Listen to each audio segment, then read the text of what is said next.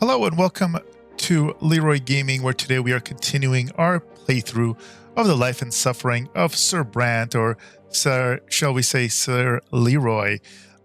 This is a indie RPG, a choose-your-own adventure RPG. If you haven't seen the other parts of this, you should go back and watch them because it's very thematic. We're playing a very kind of like heartless, kind of scrappy, gotta, rise up out of the lower classes at any price while maintaining their nobility and pride kind of playthrough. So let's jump right back into it for those that have been watching.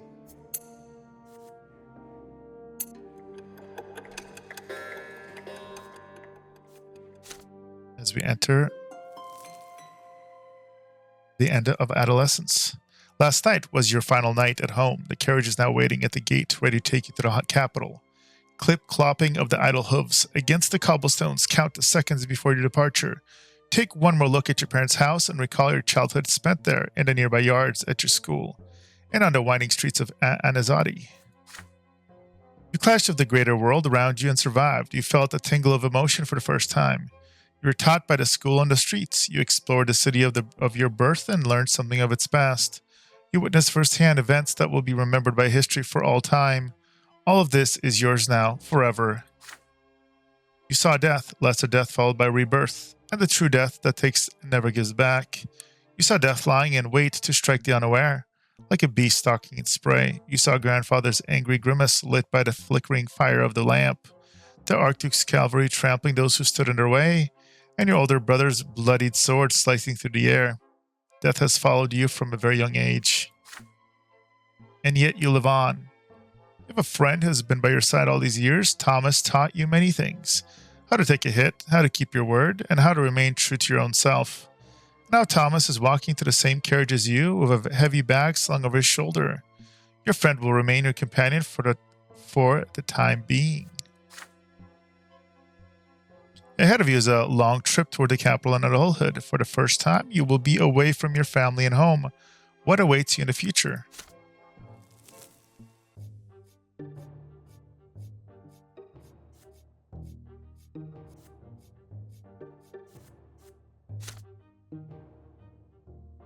Very high nobility, low ingenuity, low spirituality,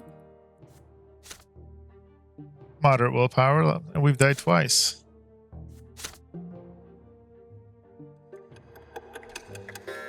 You're now 16. Leaving my hometown behind, I set out for the capital of the empire. There, I would discover my role in society.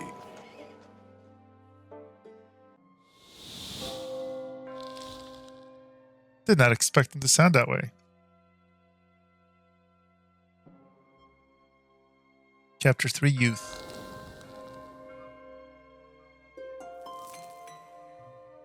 Leaving home. The driver flicks the reins. The carriage slowly sways as it starts moving away from your home. You stick your head out the window and wave goodbye to your family. Nathan is running after the carriage with Thomas's younger brother in tow, tears glistening in their eyes.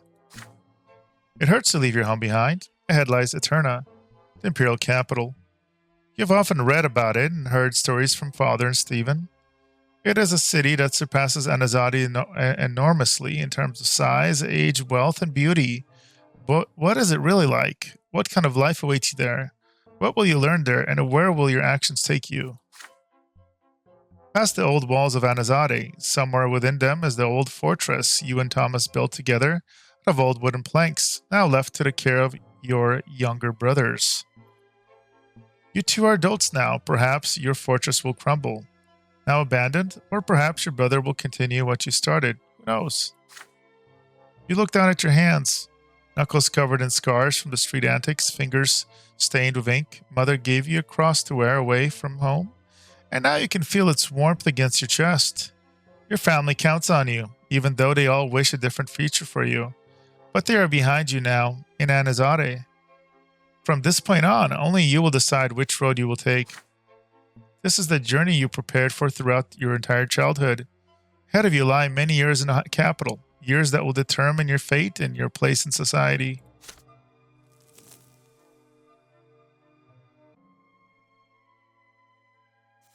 So we have options. Life paths that we'll choose in this chapter.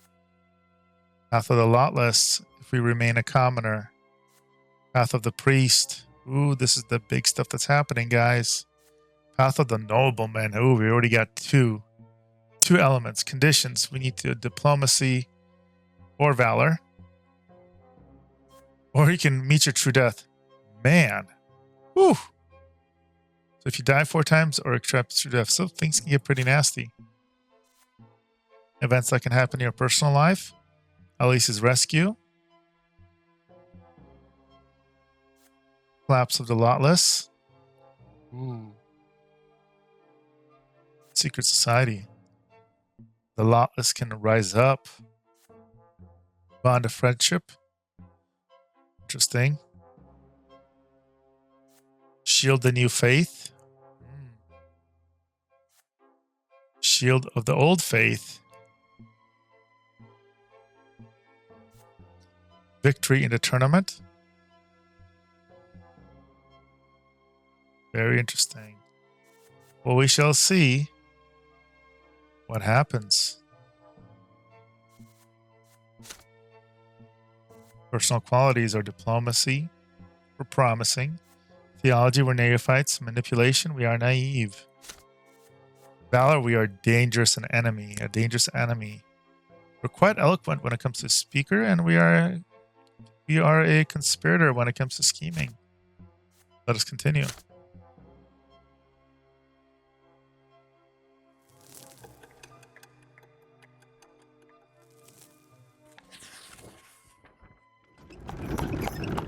Arrival in the capital. It takes a whole month to reach Eterna.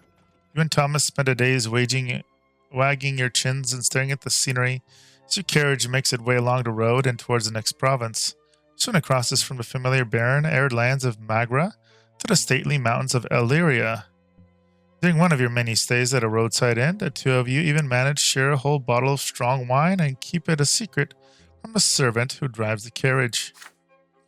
Adult life feels positively intoxicating.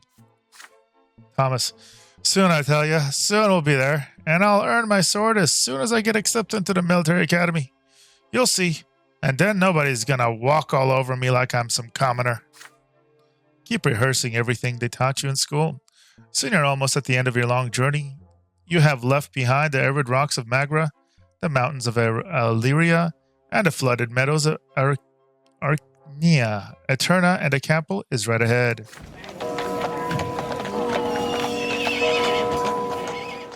Situated at the junction between the Ruglada and Taurina rivers, the city is vast. 3 majestic stone bridges keep its 3 shores interconnected. Smooth stones pave the main city streets. Gilded moldings decorate the buildings. Towering pillars reach high into the sky. Your carriage takes you past a spacious park with marble fountains and intricate trimmed bushes. On the streets you see ornately decorated carriages bearing Arcanian coats of arms, and abundant merchants' tents filling the streets with beckoning cries and unusual sights. The spires of ancient temples dot the city skyline. The carriage comes to a halt on a large city square with a towering marble fountain. Coachman says you have arrived. Thomas is to apply to the military academy. The academy barracks are 2 streets away. Your lodging house is in the alleyway nearby. A room has already been reserved for you. Get out onto the street and say brief goodbyes to each other. You promise to meet again after the entrance exams. Then your friend disappears into the crowded streets of the capital. You are left to your own devices in this vast city. A group of nobles walk past, dressed in well-knitted clothing decorated with gems and golden threads. You're not even noticed. Street urchins chase a dog down an alleyway. Soldiers of the Imperial Legion are marching to fifes and drums towards the barracks. Humble pilgrims are gathered to the great temple of the twins. There are the sounds of music and fountains and the smells of baked bread and garbage drains. You quickly check in the lodging house, then go back outside. The sun is setting. The streetlights come to life. Merry music fill the taverns. Couples in double coaches with tinted windows fill the streets. Shadows and hushed voices and laughter fill the parks. You're all alone within the city, so vast and unfamiliar. You take a look around. determined to fill your first night in the capital of memories.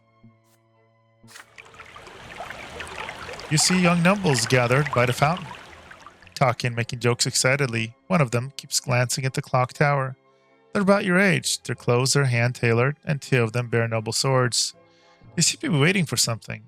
Might be a good idea to make their acquaintance. Be most helpful to develop a familiarity with the influential nobles of the capital.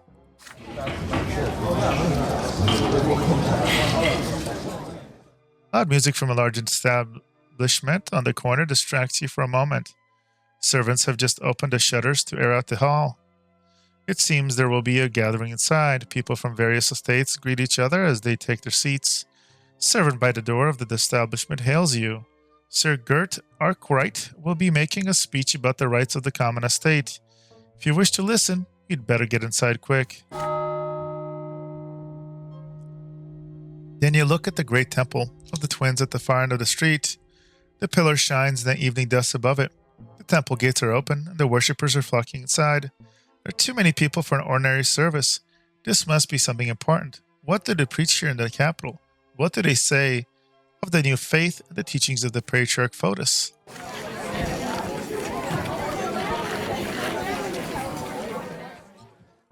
You snap out of the reverie when you hear the loud laughter. A group of young men dressed in the colors of the Imperial College have made their acquaintance of several lovely girls. They are making their way down the road, united by merriment. When a girl smiles at you, it is an invitation to join them. They turn a corner and walk away, but you can still hear their voices ringing and echoing through the street. A night of revelry and jolly loud fun doesn't sound half bad. This is your first night in Turna. No matter what you choose, you will remember it for a long time. So we can meet the noble youth. You forge a bond of a group of young nobles. Listen to Arkwright's speech. Decide to listen to the speech of the rights of commoners. Visit the great temple of the twins. All the other worshippers to the temple attend the nightly services. And run after the students. You run after the gaggle of students and join in the merriment. So we're not big on the theology stuff, even though we have good eloquence. I'm thinking pretty good almost already. I think in this very case, have some fun. You know, we've stressed so much in the previous years on the strip, and might as well have some fun before we get to business. So let's run off the gaggle of students and join the merriment.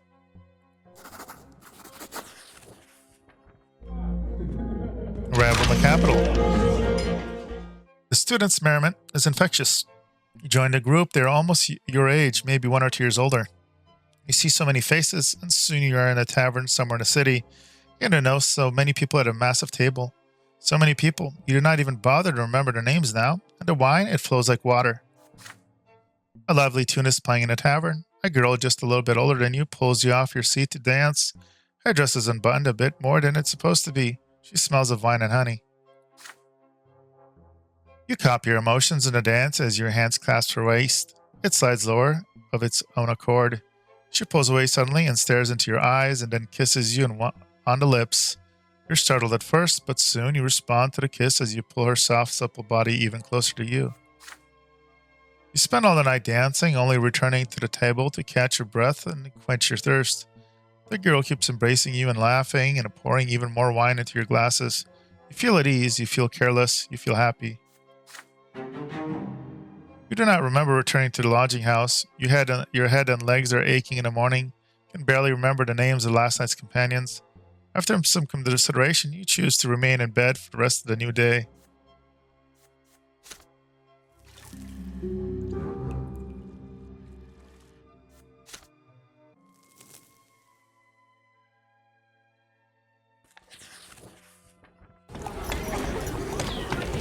Luke's sermon. You have spent the last 3 days studying books, but today you decide to take a walk through the streets of Eterna.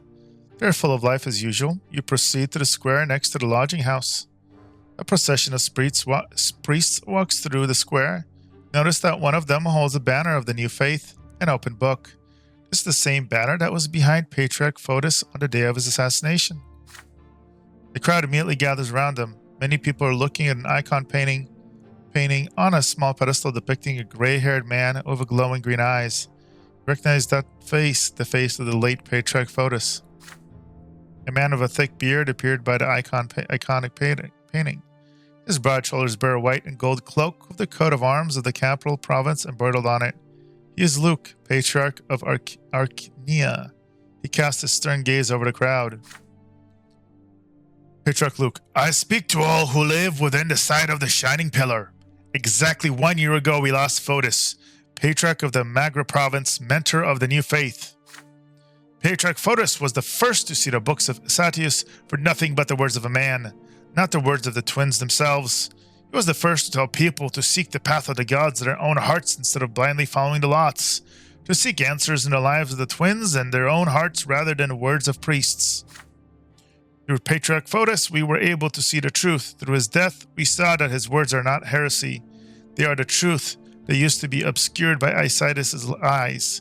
And now I bring you good news. Patriarch Junius Diamant has seen to it that our teacher will be canonized. Our teacher will be canonized as a saint. Yes, Junius Diamant, an Arcanian from a great dynasty and a patriarch of Astinas, has joined the new faith himself. And through this, we hope that the entire empire will soon see that our doctrine is the truth. We are free from the shackles of the lots. We are equal before the twins. With each day, more and more people hearken to the truth, and one day the entire empire will hear our call. So let us pray, my brothers. The believers around you bow their heads in prayer and thank the twins, not for the lots they were given, as they usually would, but for the chance to choose their own path.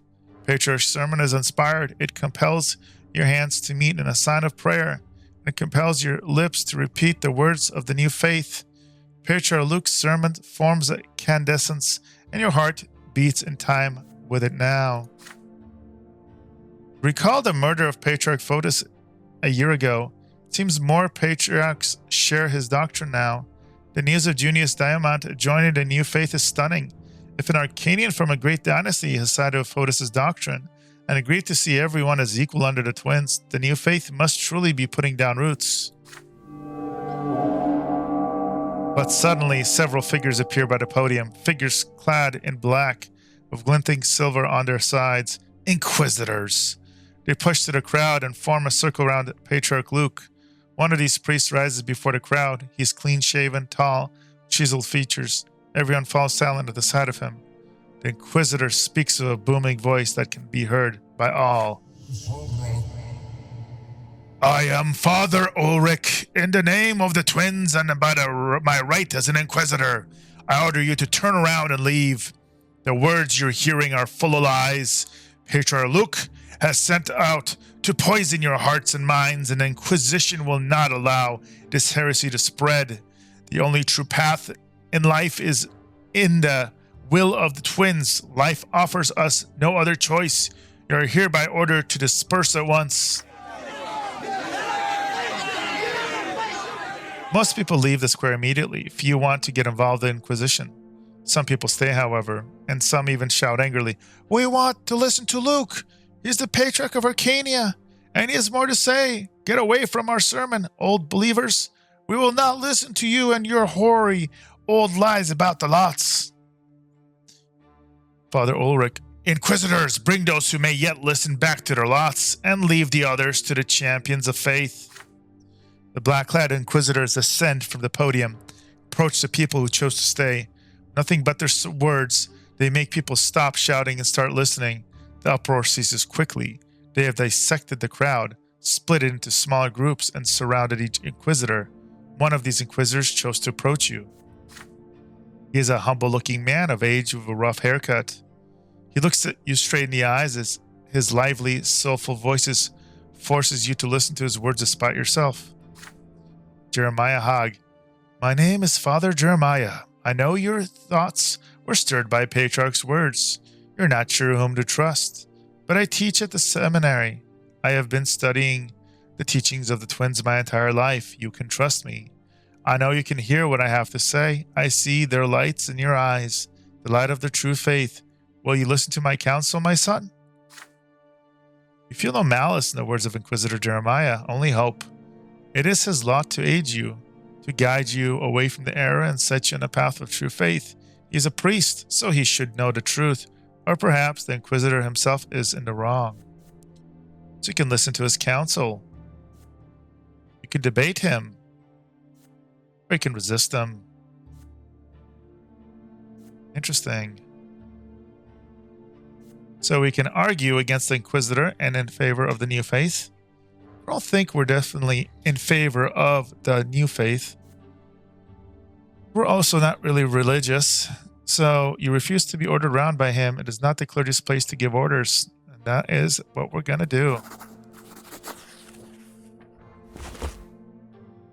You strike a pose of authority, and I, Father Jeremiah, sharply. Inquisitors cannot order people around, you say. It is not within the lot of the clergy. Only nobles can give you your orders. The other commoners look at you in terror. You have justified an inquisitor. However, Father Jeremiah still looks at you without any of the anger you had expected. My son, your words do indeed contain a germ of truth. I am an inquisitor of the clergy, and by the will of the twins, I cannot give you any orders. But know this, the Inquisition does not imprison everyone suspected of heresy. We exist to protect souls, to guide and save them. We pursue dangerous doctrines and seek to rescue every soul we meet. Arrest or execution is our last resort, reserved only for sinners beyond redemption. You can see that I am merely speaking to you right now. I have not resorted to force, nor am I giving any orders. But if the needs arise, I will summon the champion of faith, nobles who will be there to give orders and punish those who defy the church. But as long as you are not calling for the overthrow of faith, you are safe from them. As you said, it is not within my lot to give you orders. You are free to go, but expect no mercy in the hereafter, for after we die, there will be none. With better smile, the Inquisitor leaves you and proceeds further. Leave the square freely, your dignity preserved. The remaining people in the square continue arguing with other Inquisitors. Armed champions of faith stand nearby, but they do not intervene. Luke and his retinue could no longer be seen. Only one thing keeps nagging at you. Father Jeremiah's words about how there will be no mercy in the hereafter.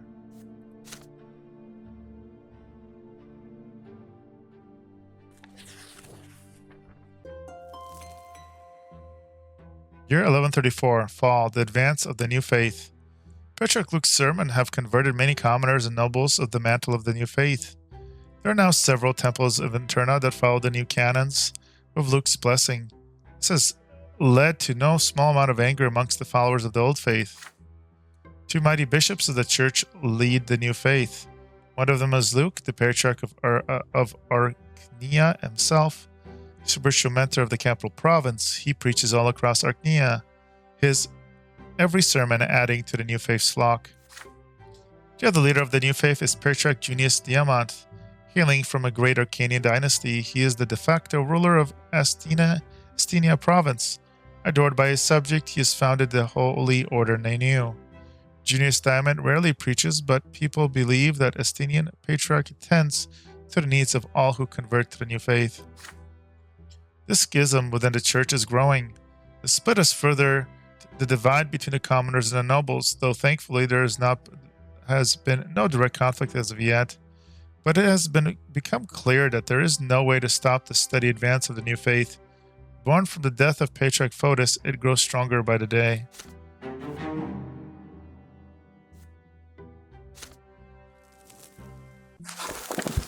The city that never sleeps. The next few weeks pass by in hard work in preparation for the incoming entrance exam at the Imperial College. You grow more and more exhausted of each passing day, so much that one night you fall asleep while studying another book. When you finally come to, you decide it is high time to get some recreation outside. The city of Eterna amazes you as you stroll through its splendid streets. It's another night, a different night, yet the city is beautiful still. The shining pillar is a slice of light against the dark night sky. The lamps on the facades of the buildings are lit. Night descends on the capital. You don't feel like going back to your books tonight. Recently, you made acquaintance of several young men. They are children of nobles of the mantle, just like you, sent to the capital to earn their noble titles at the college. You decide to seek them out. Your new friends are having a late dinner on the next street over. loudly discussing their plans for the night.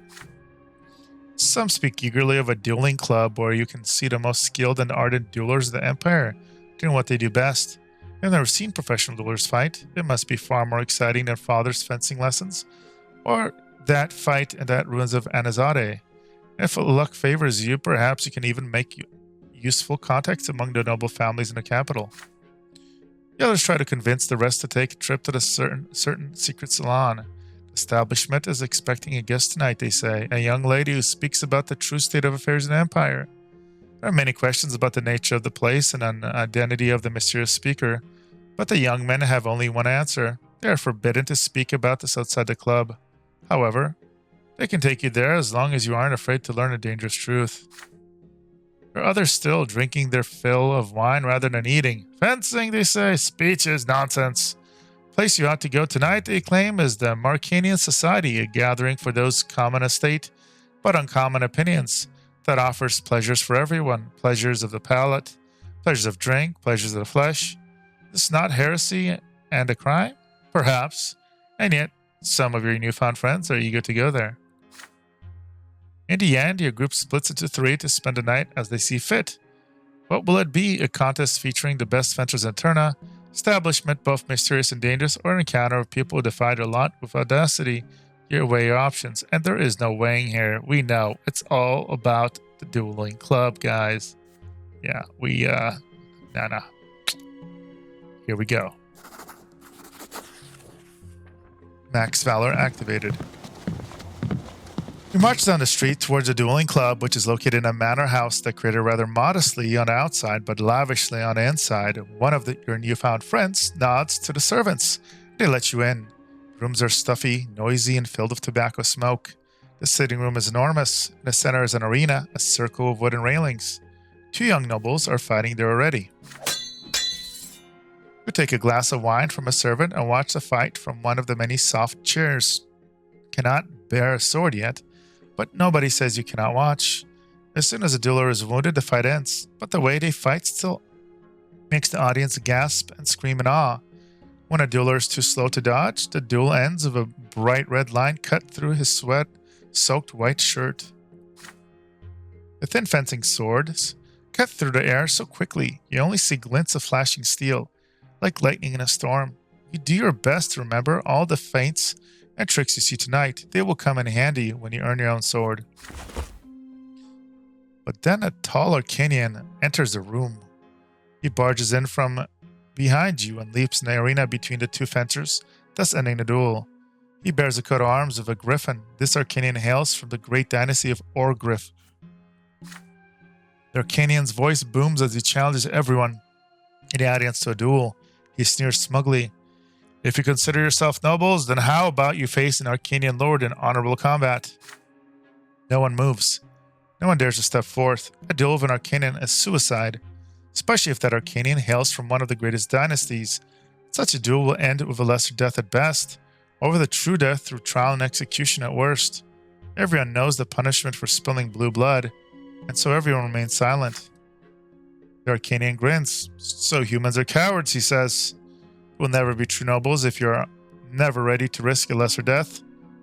Then Arcanian honor and tradition is not for you. And war is not your domain either, for human nobles are but a mockery, a gathering of animals dressed to resemble higher beings. A man leaps into the arena. He is tall as a tree. His pockmarked face is white with rage and covered in scars. There are whispers of reverence in the audience. This is Marth Farasti, the owner of the club. He has accepted the challenge for the honor of all human nobles. He has yearned to fight an Arcanian all his life. Now is his chance. The duelers salute each other, and Sir Farasti begins the attack. A lunge, a jab, another, and then another. The young Arcanian deflects each attack like he knows his opponent's every move. Sir Farasti's eyes twitch with tension. The owner of the club lunges again, but the Arcanian deflects his sword and rips the weapon out of the human's hand. Marth Farasti looks at the Arcanian in confusion, then bows his head in recognition of his defeat. The Ogriff young flashes a proud, superior grin. His fencing sword lifts the sleeve of his defeated opponent. It bears 3 black marks of lesser death. Not the young Canaan eyes Sir Sarasti with the mockery of sadness and compassion. Why, it appears the poor, overeager ex-commoner is on his last life. Sarasti shudders. Yes, Ugrif Yug to be so kind as to spare his life. Nobleman to a nobleman. The Arcanian face grows dark and grim. His sword stabs deep into Frosty's chest. Then Ugrif Youth speaks, loud enough for everyone to hear. He is the only noble in the hall, he says, and everyone who saw this must forget that Dueling Club ever existed and leave this place, never to return. The nobles scowl, dress reluctantly, and leave with quiet resentment. No one dares to defy the Arcanian openly. The noble gathering disperses outside. Return to your lodging house, lost in thought. Arcanians stand far above humans. They do not care if you are a commoner or a high-ranked noble. In their eyes, you are only a human. It seems there is nothing that can readily oppose Arcanian power. They are the masters of this world, and humans are a pale reflection of them at best. The trip to the Dueling Club ended on a grim note, but you learned a lot from watching Eterna's best duelers in action. You recall their lunges and blocks before you sleep, rather than the master of the Dueling Club being murdered in cold blood. Valor +1 to 20. We are battle hardened. Woohoo!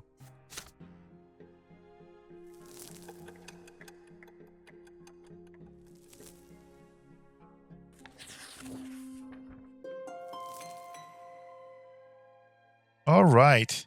So let's see here. That is a perfect 30-minute break right here. So we were going to go ahead and end this, and we will continue next episode. Probably another, depending on things go, either 30-minute to 60-minute episode. So hope you guys come and check it out. Again, it's Leeroy of Leeroy Gaming, and I'll see you guys in the next video.